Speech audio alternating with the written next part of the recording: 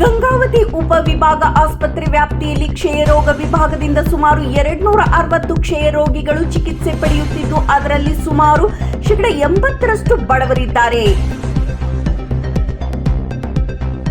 ಕೇಂದ್ರ ಮತ್ತು ರಾಜ್ಯ ಸರ್ಕಾರಗಳು ವಿದ್ಯುತ್ ಮತ್ತು ನೀರಿನ ವ್ಯವಸ್ಥೆಗೆ ಹೆಚ್ಚಿನ ಆದ್ಯತೆ ನೀಡುತ್ತಿದ್ದು, ಆ ನಿಟ್ಟಿನಲ್ಲಿ ಕೆಲಸ ಮಾಡುತ್ತಿದ್ದೇವೆ ಎಂದು ಶಾಸಕ ಯಶವಂತರಾಯಗೌಡ ಪಾಟೀಲ್ ಹೇಳಿಕೆ. ಯಲಬುರ್ಗಾ ತಾಲೂಕಿನ ಮಕ್ಕಳ್ಳಿ ಗ್ರಾಮದಲ್ಲಿ 2013-14ನೇ ಸಾಲಿನ RIDF ಯೋಜನೆ ಅಡಿಯಲ್ಲಿ 11.95 ಲಕ್ಷ ರೂಪಾಯಿ ವೆಚ್ಚದಲ್ಲಿ ನಿರ್ಮಿಸಿದ ನೂತನ ಅಂಗನವಾಡಿ ಕೇಂದ್ರ ಉದ್ಘಾಟನಾ ಕಾರ್ಯಕ್ರಮ.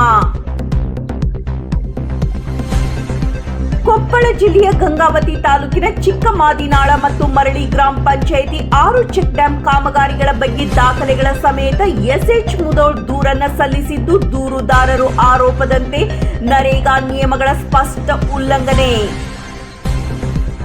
ನರೇಗಲ್ ಪಟ್ಟಣದ ಬಸ್ ನಿಲ್ದಾಣದ ಅವ್ಯವಸ್ಥೆಯನ್ನ ಕಣ್ಣಾರಿ ಕಂಡು KSRTC DC ದೇವರಾಜ್ ಬೇಸರ. ಪೋಷಕರು ಆಂಗ್ಲ ಮಾಧ್ಯಮದ ವ್ಯಾಮೋಹ ಬಿಟ್ಟು ಮಾತೃಭಾಷೆಯ ಮೇಲೆ ಅಭಿಮಾನ ಇಟ್ಟುಕೊಂಡು ಸರ್ಕಾರಿ ಶಾಲೆಯ ಕನ್ನಡ ಮಾಧ್ಯಮದ ಶಾಲೆಗಳಿಗೆ ತಮ್ಮ ಮಕ್ಕಳನ್ನು ದಾಖಲಿಸಬೇಕು ಎಂದು ವಿಧಾನ ಪರಿಷತ್ ಸಭಾಪತಿ ಬಸವರಾಜ ಹೊರಟ್ಟಿ ಶಾಲೆ ಪ್ರಾರಂಭೋತ್ಸವ ಕಾರ್ಯಕ್ರಮದಲ್ಲಿ ಹೇಳಿಕೆ. ಶಿಕ್ಷಣಕ್ಕಾಗಿ ಸರ್ಕಾರ ಬಹಳಷ್ಟು ಯೋಜನೆಗಳನ್ನು ಜಾರಿಗೊಳಿಸಿದೆ. ವಿದ್ಯಾರ್ಥಿಗಳ ಸಂಖ್ಯೆಯನ್ನು ಹೆಚ್ಚಿಸುವುದಕ್ಕಾಗಿ ಮತ್ತು ದಾಖಲೆಯನ್ನು ಹೆಚ್ಚಿಸುವುದಕ್ಕಾಗಿ ಅನೇಕ ಯೋಜನೆಗಳಿವೆ. ಗಜೇಂದ್ರಗಢದಿಂದ ಕಾಲ್ಕಾಲೇಶ್ವರ ದೇವಸ್ಥಾನಕ್ಕೆ ರೋಪ್ ವೇ ನಿರ್ಮಾಣಕ್ಕೆ ಅಂತಿಮ ಹಂತದ ವಿನ್ಯಾಸದ ಕುರಿತು ಗುರುವಾರ ಗುಡ್ಡದ ಮೇಲೆ ಭೇಟಿ ನೀಡಿದ ರಾಜ್ಯ ಖನಿಜ ಅಭಿವೃದ್ಧಿ ನಿಗಮದ ಅಧ್ಯಕ್ಷ ಶಾಸಕ GS ಪಾಟೀಲ್, ಪ್ರವಾಸೋದ್ಯಮ ಅಧಿಕಾರಿಗಳು, ಖಾಸಗಿ ಕಂಪನಿ ಅಧಿಕಾರಿಗಳು, ಮುಖಂಡರೊಂದಿಗೆ ಚರ್ಚೆ.